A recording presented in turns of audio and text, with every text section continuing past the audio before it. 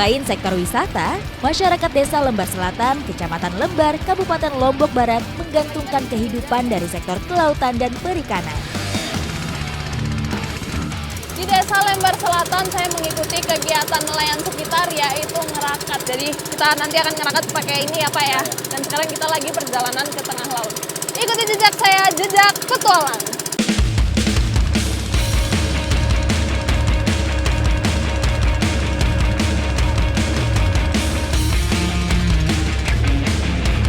Perahu yang saya tumpangi perlahan keluar dari muara menuju lautan. Menyusuri teluk, mencari spot terbaik untuk menyebar jaring.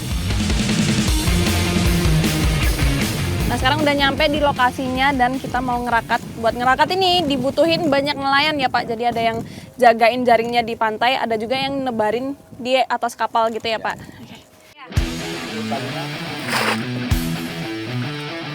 Ngerakat merupakan salah satu cara menjaring ikan di perairan dangkal. Nelayan di sini biasa melakukannya secara berkelompok menyesuaikan dengan panjang jaring yang digunakan. Ini dari tadi belum selesai nebar jaringnya karena panjang banget ya Pak. Panjangnya 25 meter. 25 itu minimal? Minimal. Ini mau diputerin sampai balik ke pantai lagi ya? Iya.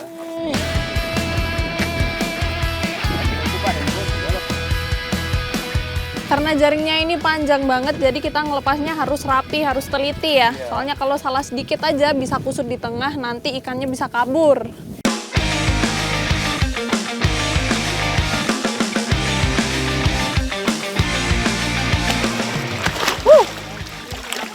Ini karena jaringnya udah habis, jadi saya harus ikut turun buat narik tali nih.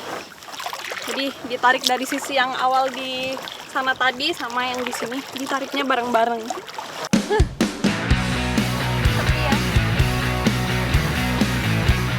Karena ada 2 kelompok buat narik sisi kiri dan kanan, di sini udah 3 orang, jadi Jen mau ikut kelompoknya ini. Saat ujung jaring sudah saling bertemu, kini saatnya kami serentak menariknya sampai ke tepi pantai. Tarik toh. Ini kayak lomba 17 Agustus, tarik tambang. Yang menang dapat banyak ikan.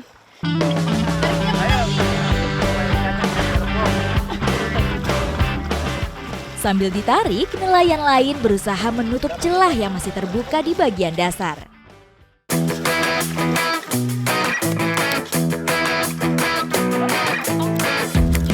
Ini dia perolehan kita hari ini, dapatnya macem-macem ya Pak. Macem-macem. Ada ikan buntal, ini ada dapat sotong, terus ada kepiting, ikan hias pun ada. Macem-macem ya Pak.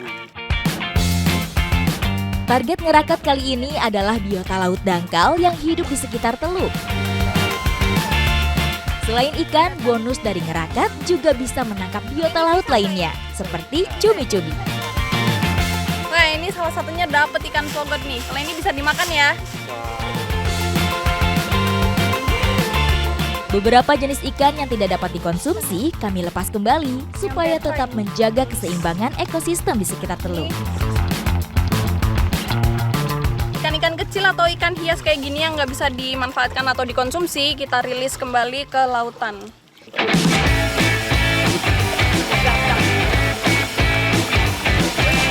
Hasil tangkapan di titik pertama masih belum begitu banyak. Berharap akan dapat tangkapan melimpah di tempat berikutnya.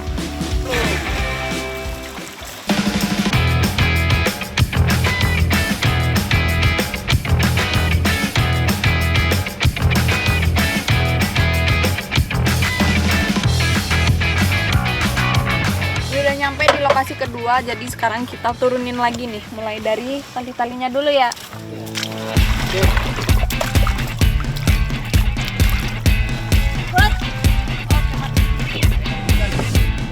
Ngerakat merupakan kerja kelompok. Setiap orang memiliki tugas masing-masing. Semua pekerjaan ini dilakukan dengan cepat untuk mempersempit ruang gerak ikan. Sekarang kita lagi narik ini buat nyatuin sisi-sisinya lagi, biar ikannya terperangkap di tengah.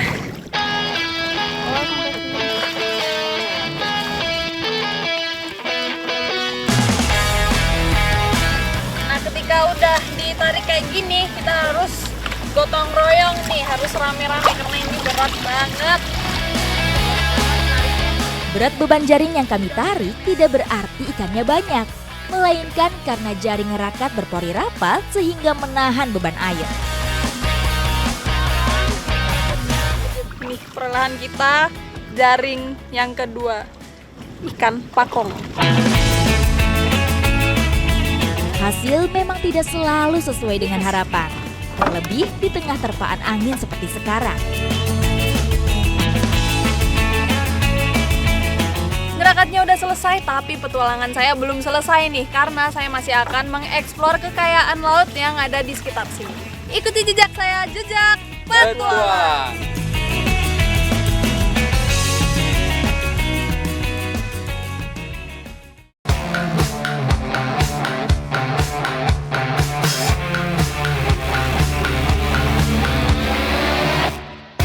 Selain ikan dan cumi-cumi, Lembar Selatan juga dikenal sebagai wilayah penghasil kerang laut.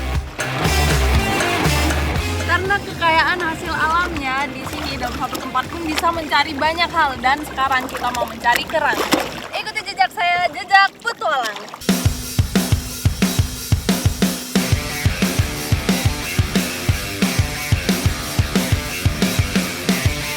Ya, saya dapat. Pak, lagi, bisa warna sih putih dapat nih. banyak. Kita Oh, tuker dapat. tempat yuk, Pak. Hah? Biar saya dapat banyak, kita tuker tempat yuk. Boleh. Boleh. Padahal emang nyarinya susah. Jadi bukan hoki-hokian ya, ini karena kita butuh tahu tekniknya aja. Di perairan, kerang merupakan biota penting pemakan sisa organik. Beberapa spesies bahkan menjadi penyaringan logam berat yang mencemari. Nah, karena ini masih di tempat yang dangkal, jadi kita nyarinya itu diraba-raba pakai tangan, dirasain yang ada keras-kerasnya ya, Pak. Ya, betul. Baru nanti kalau udah di tempat yang agak dalam, karena kita udah nggak bisa meraba lagi pakai tangan, nyarinya pakai ini nih. Kalau di sini disebutnya sorok. Kerang laut masuk ke dalam jenis moluska atau hewan bertubuh lunak yang dilindungi oleh cangkang. Saat masih hidup, cangkang kerang ini akan tertutup rapat. Keduanya disatukan oleh suatu sendi elastis yang disebut ligamen. Kerang-kerang di sini emang habitatnya itu di tempat yang pasir dan berlumpur gitu ya, Pak. Ya, Makanya betul. banyak banget ditemukan di sini. Nah, ini jenisnya campur-campur, warnanya juga macam-macam, tapi intinya dalamnya itu semua sama. Kerang-kerangan biasa hidup di area pasang surut yang berlumpur dan berpasir karena memiliki keanekaragaman organisme, sehingga menjadi tempat ideal untuk berkembang biak. Nah, ini dapat lagi nih kerang. Emang biasanya masyarakat di sekitar sini itu kalau nyari kerang nunggu waktu padang bulan atau bulan purnama dan lautnya lagi surut. Jadi biar gampang nyarinya. Soalnya kalau lagi pasang, bakal susah nih. Banyaknya jenis kerang yang menghuni perairan ini menandakan ekosistem perairan Lembar Selatan masih cukup terjaga. Sorok adalah alat bantu untuk menjangkau di perairan yang dalam. Dengan menggunakan kaki, saya mendorong pasir dan lumpur masuk ke dalam sorok. Ternyata pakai sorok ini jadi lebih mudah buat dapetin kerang. Saya langsung dapet 2. Lebih cepet juga sih sebenarnya ya, Pak ya.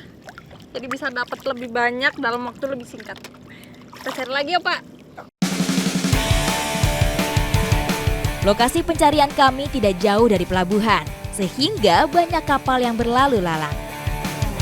Ini kalau bisa dilihat dari tadi memang banyak kapal besar yang lalu lalang karena lokasinya kita cari kerang ini berdekatan banget sama jalur pelabuhan. Nah, dapat banyak nih ya. Lumayan. Mantap lah. Nah, karena airnya sudah mulai berarus, kita juga dapat udah cukup banyak nih. Kita sekarang mau langsung ke darat aja sebelum kedinginan di sini. Ikuti jejak saya, jejak petualang.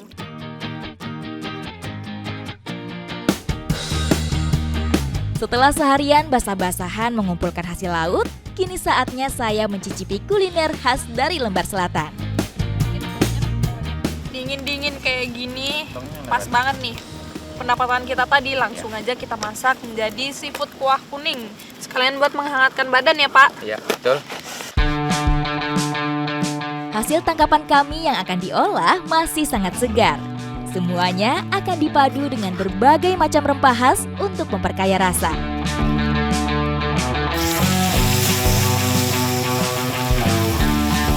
Cumi dan kerang masuk terlebih dahulu ke dalam kuali karena mempunyai tekstur yang lebih keras dibandingkan dengan ikan. Masak semua bahan sampai bumbu kuah kuning meresap ke dalam dagingnya.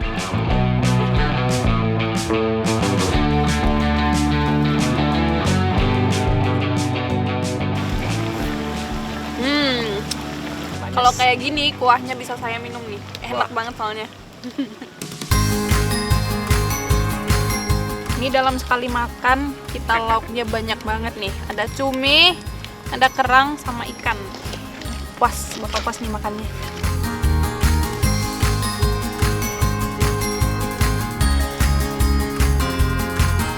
Makanannya ini rasanya seindah tampilannya.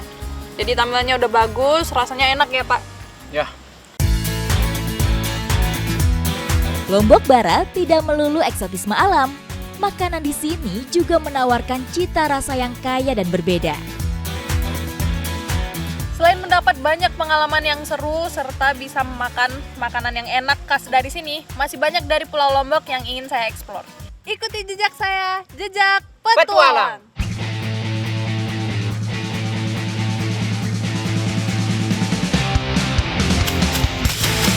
Mana yuk? Ayo, Bang.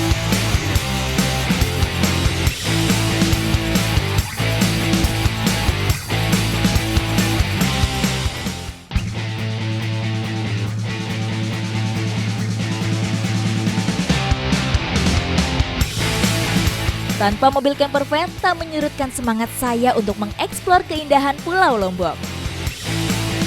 Saya beranjak dari daerah pesisir. Selain pantainya, pulau berjuluk 1000 masjid ini juga memiliki tempat-tempat lain yang menarik untuk dijelajahi. Nah, sekarang saya lagi mau eksplor Pulau Lombok, tapi kali ini saya nggak sendirian karena ada teman saya yang bakalan ngajak kita jalan-jalan. Ikuti jejak saya, jejak petualang. Bersama Anggun, kami akan mengunjungi wilayah pedesaan yang belum diketahui banyak orang. Nah, Jen, sekarang kita udah sampai nih. Wah, mantap banget nih. Nah, di Lombok ini nggak cuma pesisirnya aja, tapi daerah pegunungan dan pedesaannya juga wajib untuk dieksplor.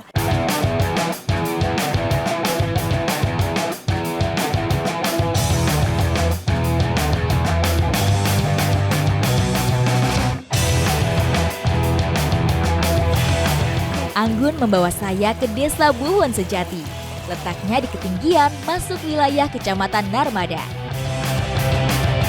Sama Anggun, saya lagi diajakin jalan-jalan ke daerah pedesaan yang ada di Lombok Barat. Dan ini kita jalan-jalannya ke daerah perkebunan yang lagi musim buah nih. Punya keluarga aku nih, Jen. Biasanya keluarga aku ada di sini. Oh, ada yang nunggu di kebun ya? Yaudah, yuk kita ke sana. Ah, itu durian jatuh nggak sih? Oh, ada suaranya tuh. Yuk. Kedatangan saya kali ini bertepatan dengan awal musim durian. Hah, ini nih duriannya. Durian? Ada kan? Aduh. Wah, Ah, gimana? coba. Oh, emang udah mateng sih ini. Mateng. Kalau dia udah jatuh dari pohonnya berarti mateng nih, Jen. Ini dia dapat satu durian yang mateng pohon dan ini duriannya durian lokal ya. Iya benar lokal. Saat memasuki musim panen, para pemilik akan berjaga setiap hari di kebunnya masing-masing. Halo Bang. Yuk, sebelah sini. Wih, mantap banget nih. Ini baru nih, benar. Anggun kesini kok nggak kasih tahu sih? Ini temanku si Jen, aku mau ngajakin dia camping ke pinggiran sungai sebelah sana. Oh ya, sungai yang sebelah sana itu. Terus tiba-tiba ada suara durian jatuh, kita langsung lari ke sini Iya, ya. langsung ambil nih tadi. Nih, penemuan kita. Itu Oh ya. Ayo kita agak geser, soalnya ada durian banyak. Takut kejatuhan nanti ini. Oh iya, banyak tuh di atas. banyak juga sih, benar. Heeh. Nah, memang di Desa Buwon Sejati ini masyarakatnya kalau lagi mau panen durian, pohonnya nggak dipanjat nih, melainkan nunggu duriannya jatuh sendiri. Nah, kalau udah kayak gini, udah dijamin pasti mateng dalamnya. Yaudah yuk kita geser. Takut kejatuhan. Yuk. Durian adalah buah tropis khas wilayah Asia. Indonesia memiliki beberapa jenis durian lokal dengan rasa daging yang khas dan beragam. Sambil nunggu nih, kita harus nyobain duriannya dulu. Gimana rasanya, Jun? Durian lokal nih ternyata nggak kalah sama yang lain ya. Rasanya ini legit banget, terus juga teksturnya lembut. Musim panen buah beraroma khas ini biasanya jatuh pada bulan Oktober hingga Februari.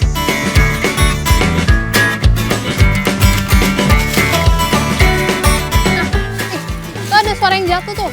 Di sana yuk.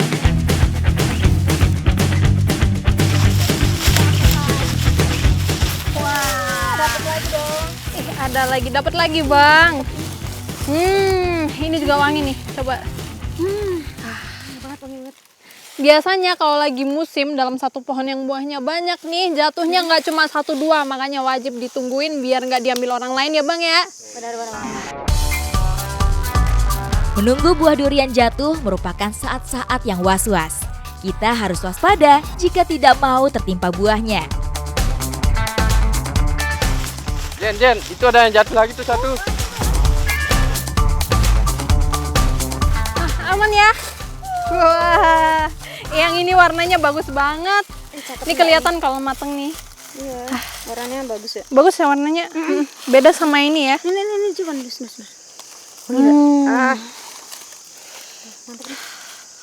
Dapat lagi satu. Sekarang kita tinggal nunggu lagi aja soalnya hari ini panen banyak ya Bang ya. Jen, Nah, itu ada lagi suaranya tuh. Buah durian matang mempunyai warna yang berbeda-beda. Umumnya mengeluarkan aroma yang menusuk. Ada lagi nih. Nah, memang di daerah sini kalau mencari durian tuh ada 2 cara, yaitu selain nunggu jatuhan, kita bisa mengandalkan indera penciuman kita. aromanya. Dari aromanya ini yang kuat banget, kalau udah mateng, ditelusuri pasti dapet nih.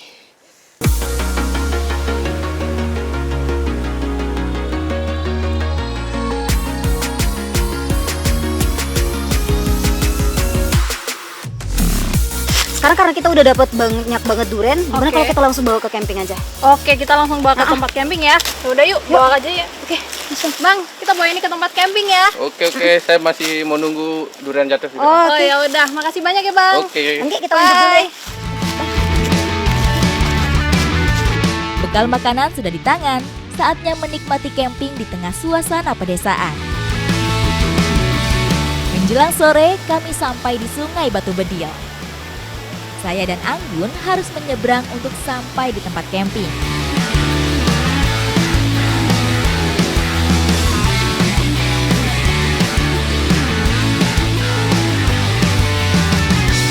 Karena matahari sudah terbenam, jadi kita harus cepat-cepat diriin tenda nih. Menjelang gelap, udara mulai terasa dingin. Nah, tendanya udah berdiri, sekarang kita udah bikin perapian juga buat ngangetin badan. Sekalian nih, kita mau bikin sesuatu dengan durian yang udah kita ambil tadi. Kita mau apain durian ini? Kita bakar. Bener banget. Ada berbagai cara untuk menikmati buah berduri ini. Saya dan Anggun akan membakar durian ini untuk mendapatkan aroma dan rasa yang berbeda. Kulit durian yang tebal membuat proses pembakaran sedikit lama. Nah, kalau kulitnya udah terbelah kayak gini nih, sekarang udah bisa kita belah dan nikmati isinya. Taruh piringnya. Oke. Nah, ini kita belah ya. Wah, ini aromanya bener-bener enak banget. Makin nendang nggak sih aromanya? Benar. Wow. Yuk, cus langsung aja kita makan.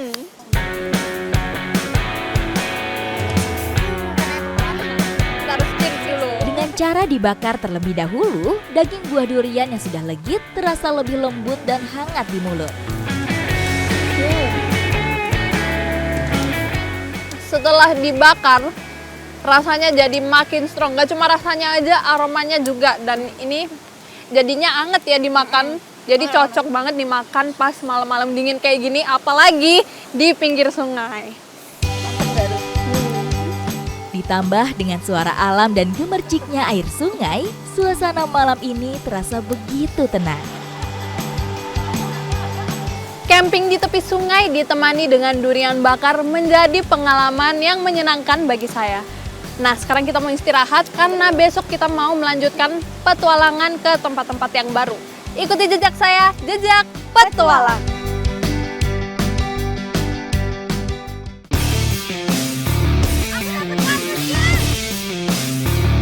Wih, besar banget.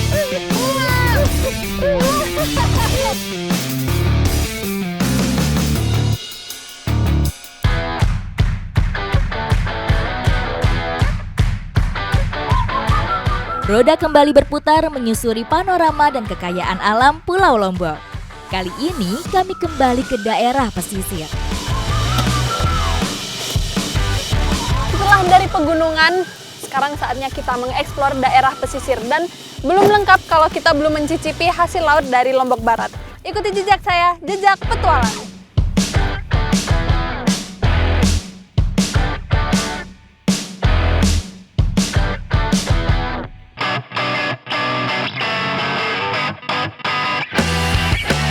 Dua perahu kecil ini membawa kami menyusuri hijaunya hutan bakau di Lembar Selatan. Di tempat ini, kami akan mengikuti keseharian nelayan mencari biota penghuni perairan bakau. Di Desa Lembar Selatan, Lombok Barat, saya sama Anggun lagi gabung sama bapak-bapak nelayan nih buat nyari rajungan. Ikuti jejak saya, jejak petualang. Kita kesana ya, Pak. Pulau Lombok memiliki potensi kekayaan laut yang melimpah. Salah satunya hutan mangrove seluas 70 hektar ini. Selain sebagai pengendali bencana, hutan mangrove juga menjadi rumah berbagai jenis biota laut. Oke, ini kita lagi prepare buat menebar jaring dan ini kita harus teliti banget. Pokoknya nggak boleh sampai kusut karena ini jaringnya panjang banget ya, Pak. Ya. Berapa meter, Pak? Panjang, pokoknya ini ratusan meter jaringnya. Nelayan Lembar Selatan biasa mencari rajungan dengan menggunakan jaring. Nah, buat nyari rajungan kita nebar jaringnya harus ada di sekitar muara yang arusnya tenang ya, Pak. Selain biar jaringnya nggak kebawa arus, nggak hanyut, terus biar dapat banyak juga rajungannya. Saya harus pandai menjaga keseimbangan karena tidak mudah berada di perahu sekecil ini. Nah, biasanya di muara yang airnya tenang kayak gini, itu perahunya emang cenderung lebih kecil dan cadiknya cuma ada di satu sisi untuk mempermudah menebar jaring kayak gini nih. Terus ini sambil nebar jaring juga bapaknya sambil mendayung perahunya searah dengan arus air. Setelah terpasang, jaring harus didiamkan beberapa saat untuk mendapat hasil. Nah, udah selesai nebar jaringnya. Sekarang kita mau geser ke tempat lain buat ngangkat jaring yang udah ditebar kemarin sore.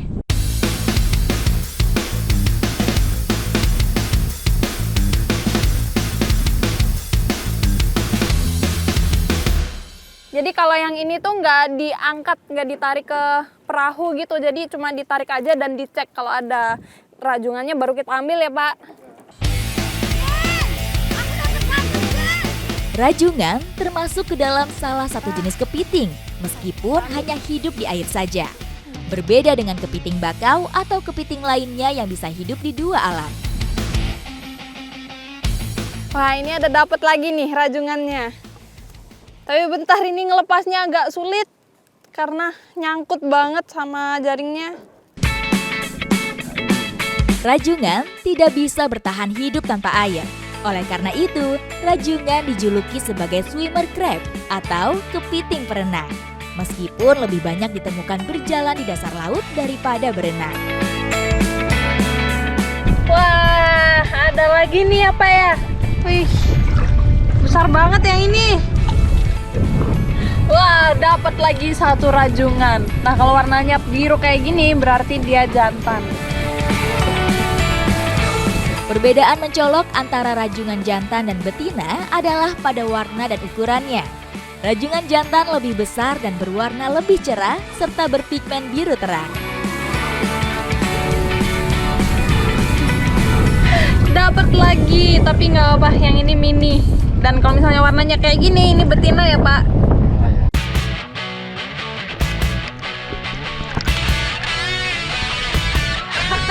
Ini gimana rajungannya?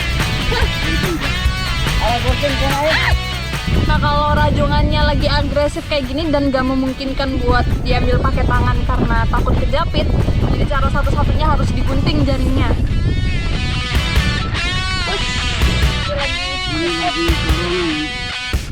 Capitnya buka. Nah, nih. Gede banget. Nih Pak, gantian ya. Ini guntingnya Pak. Nah, yang ini kita simpen dulu.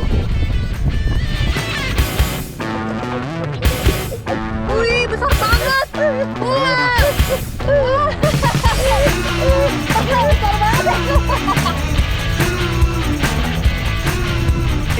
Hore! Seneng banget ya Pak, dapat besar banget ini. Tuh. Saya simpen ya Pak. Kita tarik lagi yuk.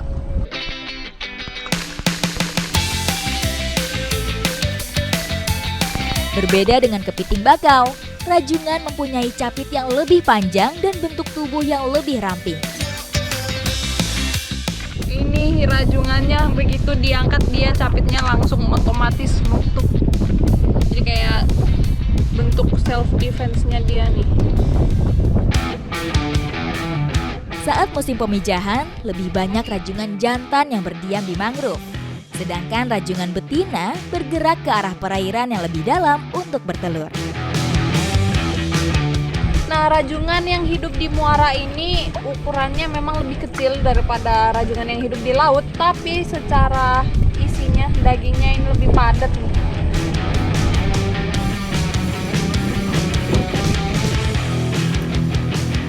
Anggun, di sana dapat banyak nggak?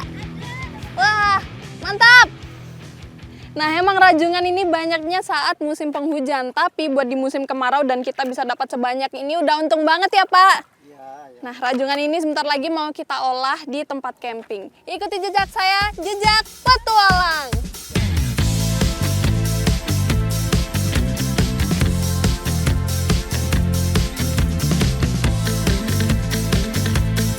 Pantai Cemara menjadi destinasi terakhir saya hari ini. Sunset dan lalu lalang kapal penyeberangan menjadi pemandangan di lokasi camping kami sore ini. Ini dia hasil kita menjaring tadi. Nah, rajungan-rajungan ini sekarang mau kita olah menjadi rajungan saus tiram. Ini airnya udah mendidih, yuk langsung aja kita rebus.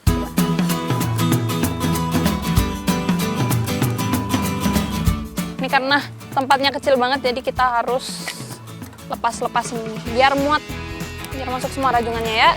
Biar masuknya banyak, sekali masak langsung banyak gitu. Nah, Rajungan mempunyai cangkang yang cukup keras. Proses perebusan ini akan mematangkan dagingnya sebelum dibumbui. Aneka bumbu rempah dan saus tiram saya siapkan untuk memperkaya rasa. Setelah bumbu harum, campur dengan rajungan yang sudah direbus.